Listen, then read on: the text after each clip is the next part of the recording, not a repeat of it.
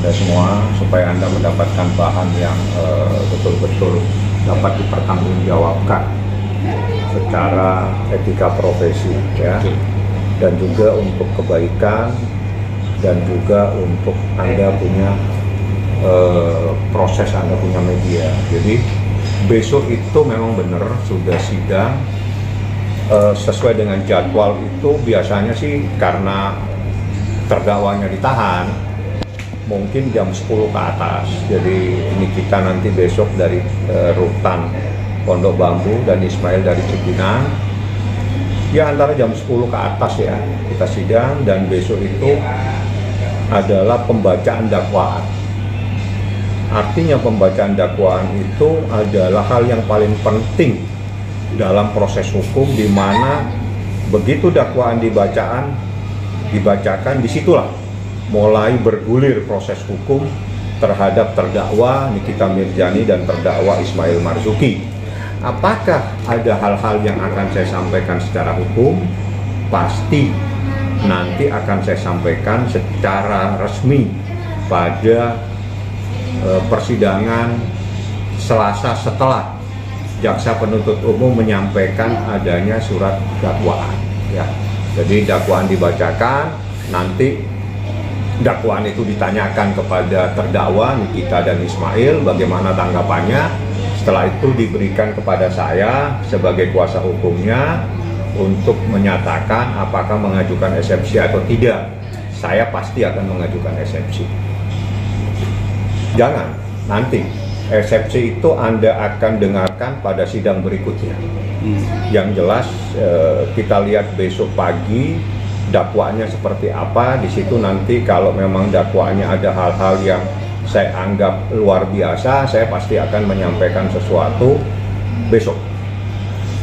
Bagi saya, karena ini persoalan hukum, saya nggak berani saat ini menyampaikan apapun juga. Jadi biar aja besok bergulir, setelah itu akan saya sampaikan seperti apa, ya. Pasti, karena wajib dihadirkan, semua terdakwa diwajibkan hadir di persidangan supaya dia bisa mendengarkan pembacaan surat dakwaan di hadapan majelis hakim seperti itu. Nah, kan kemarin juga mengatakan bahwa sudah menemukan selain itu 4 korban dari desa itu seperti apa akan mungkin ke depannya dihadirkan dalam sini? Beda persoalannya.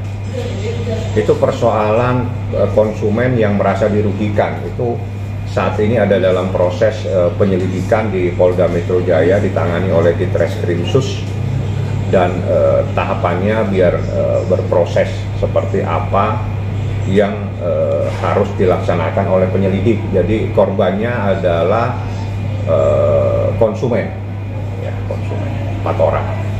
Bang, tapi kedatangan Niki sudah di akses penjelasan atau namanya melalui Zoom? Pasti ada hadir di persidangan, dan yang akan membawa itu jaksanya. Kan dia kan tahanan, jadi tahanan dari pengadilan kan dititipkan di Rutan Pondok Bambu. Nanti yang jemput biasanya adalah jaksa penuntut umum, mungkin dari stafnya, untuk membawa terdakwa dari tahanan ke pengadilan. Seperti itu proses hukumnya. Saya belum berkomunikasi karena Laura saat ini lagi dalam proses pembelajaran, ya. Belum saya berkomunikasi lagi, tapi yang jelas kalau sama Niki masih komunikasi. Tadi pagi juga sudah ketemu, persiapan untuk sidang besok seperti apa. Saya sampaikan ini dakwaannya, nih ada hal-hal yang prinsip yang besok harus kita sampaikan di pengadilan seperti ini. Ya, besok itu kan begitu pembacaan dakwaan Anda bisa mengikuti. Besok itu sidang terbuka untuk umum, Anda teman-teman media boleh hadir, boleh meliput karena tidak ada larangan, karena bukan sidang terkait dengan kasus anak di bawah umur atau kasus pencabulan atau kasus lain yang memang dilarang untuk terbuka untuk umum. Anda boleh hadir, Anda boleh meliput secara live dan sebagainya seperti itu. Silakan hadir, nggak ada masalah. Jakarta Selatan, ya. Kalau hadir dia Nggak ada, kalau dia mau jalan-jalan nggak ada yang larang. dari mana kok? Kalau kita tidak bisa melarang orang yang ingin tamasyah di Pengadilan Negeri Jakarta Selatan. Tapi yang punya hak untuk hadir, diwajibkan hadir adalah terdakwa sendiri dan kuasa hukumnya. Seperti itulah mekanismenya ya. Ada, aku cuma nyampaikan nih besok sidang ya. Nanti pembacaan dakwaan itu seperti ini.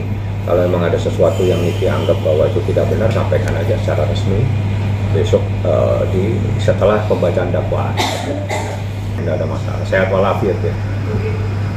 Sidang besok, Pak? Iya, harus hadir, bukan persoalan siap, diwajibkan hadir karena memang dakwaan itu harus dibacakan di hadapan majelis hakim di pengadilan atau di persidangan yang terbuka untuk umum seperti itu.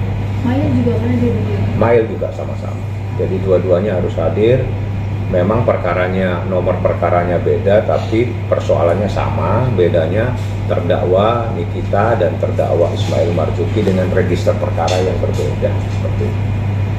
Bang, ini kan abang juga pernah mengatakan bahwa kubu Reza itu sudah mengajukannya. Itu berapa kali dan apa alasannya mengajukannya? Ada? Saya hanya dapat informasi kalau bagi kami, jadi gini, hidup ini kata kita perlu logika ya. Karena logika itu penting untuk membuat manusia itu jernih berpikir. Di saat seseorang mengajukan gugatan, itu mustahil orang yang menggugat tiba-tiba itu minta damai. Mustahil. Ya, itu logika hukum. Makanya di dalam kita pertama kali kita kuliah, biasanya kita diajarin bagaimana filsafat, bagaimana berlogika. Itu semua penting pada saat kita selesai kuliah. Kita bermasyarakat, kita bisa diukur kemampuan kita, logika kita itu ada di mana. Aneh kalau seseorang yang mengajukan gugatan tiba-tiba mengajukan damai. Ya kalau mengajukan damai cabut aja selesai, ngapain gugat orang? Jadi mustahil di kita minta damai. Ya, itu yang karena kita yang menggugat. Nah, logika hukum ini penting karena itu mata kuliah di semester pertama biasanya.